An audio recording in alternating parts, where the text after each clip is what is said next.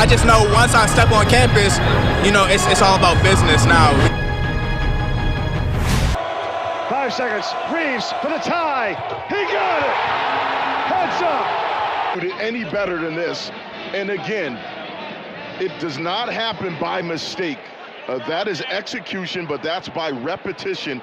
Pinned down, no communication that time by Boston College, and that is a big-time Hello, everybody. Welcome back to an episode of Just Say Guay. I'm your host, George Guay.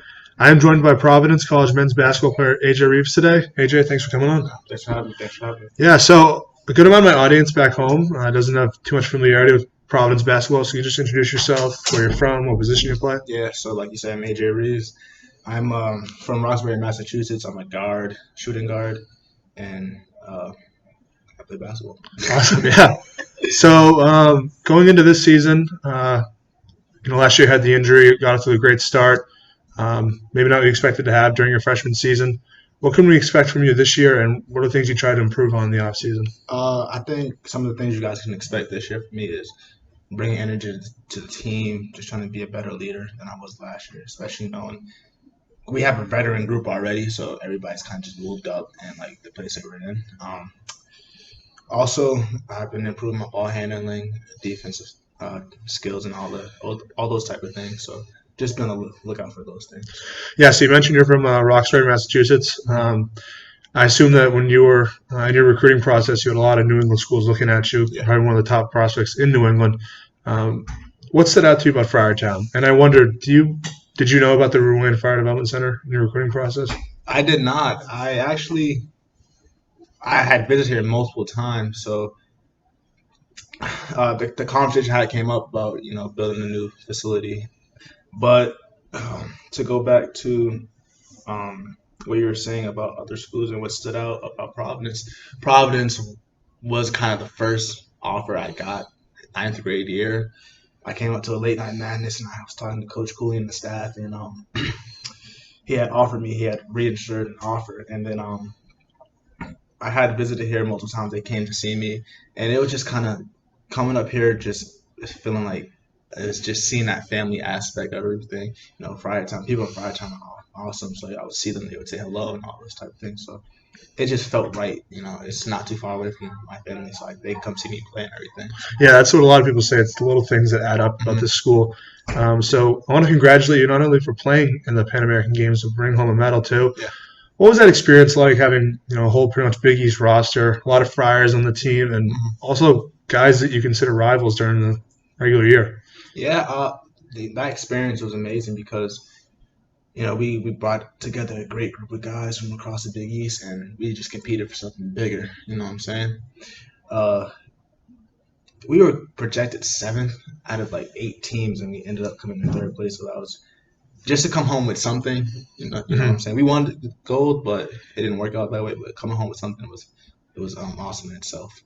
Yeah, I remember that forever. So obviously Peru was the trip, not the whole team made, but a good amount of the guys that get a lot of minutes. Last year you guys go to Italy, have a few exhibition games.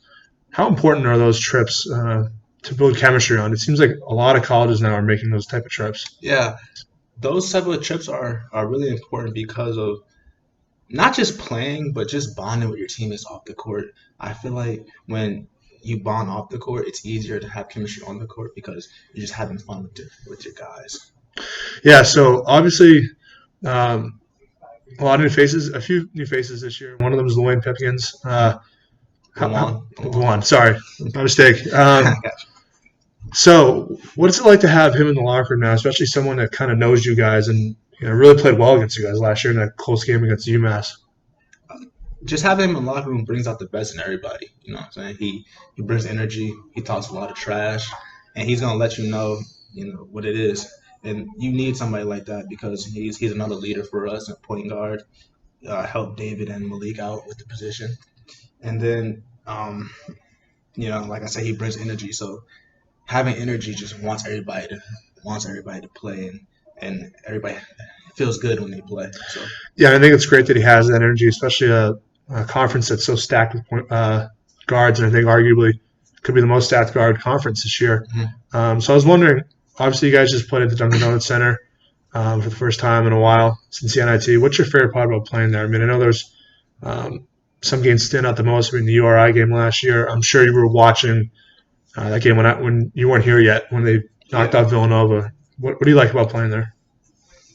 There's really just one word that kind of describes it, and it's just atmosphere. Mm-hmm. The atmosphere in the dunk is like no other. You know what I'm saying? Is when you're on and the crowd's behind you, you get goosebumps playing. Mm-hmm. That's just how I can describe it.